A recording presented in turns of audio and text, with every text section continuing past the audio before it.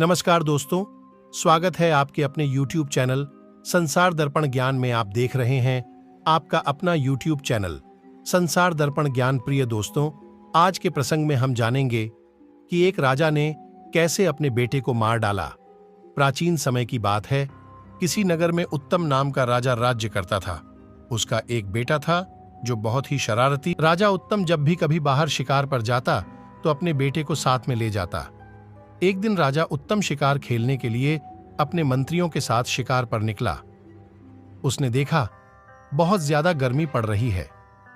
गर्मी के कारण वह राजा प्यास से व्याकुल होकर एक ऋषि की कुटिया पर जा पहुंचा, जहां उसने देखा कि कुटिया के बाहर कुछ बच्चे किलकारियां लेकर खेल रहे हैं। राजा उत्तम अपने घोड़े से नीचे उतरा और ऋषि की कुटिया के अंदर घुस गया।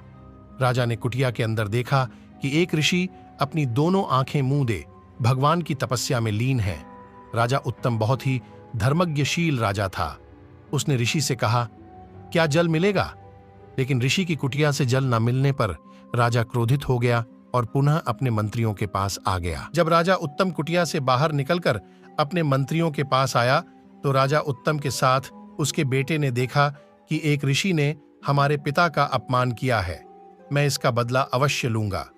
राजा के बेटे ने देर नहीं लगाई, तुरंत ऋषि की कुटिया में गया और अपनी तलवार से उस ऋषि का सिर काट दिया। महाराज, उत्तम ने देखा कि हमारे बेटे ने ऋषि का सिर काट दिया। राजा को अपने बेटे पर क्रोध आया।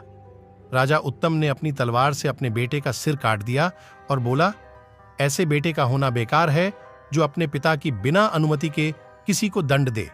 बेटा तो वो होता है जो पिता के दिए हुए आदर्शों का सफलतापूर्वक पालन करे।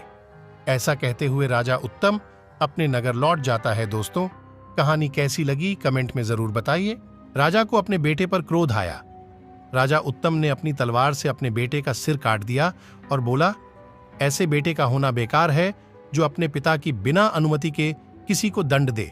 बेटा तो वो होता है जो पिता के दिए हुए आदर्शों का सफलतापूर्वक पालन करे।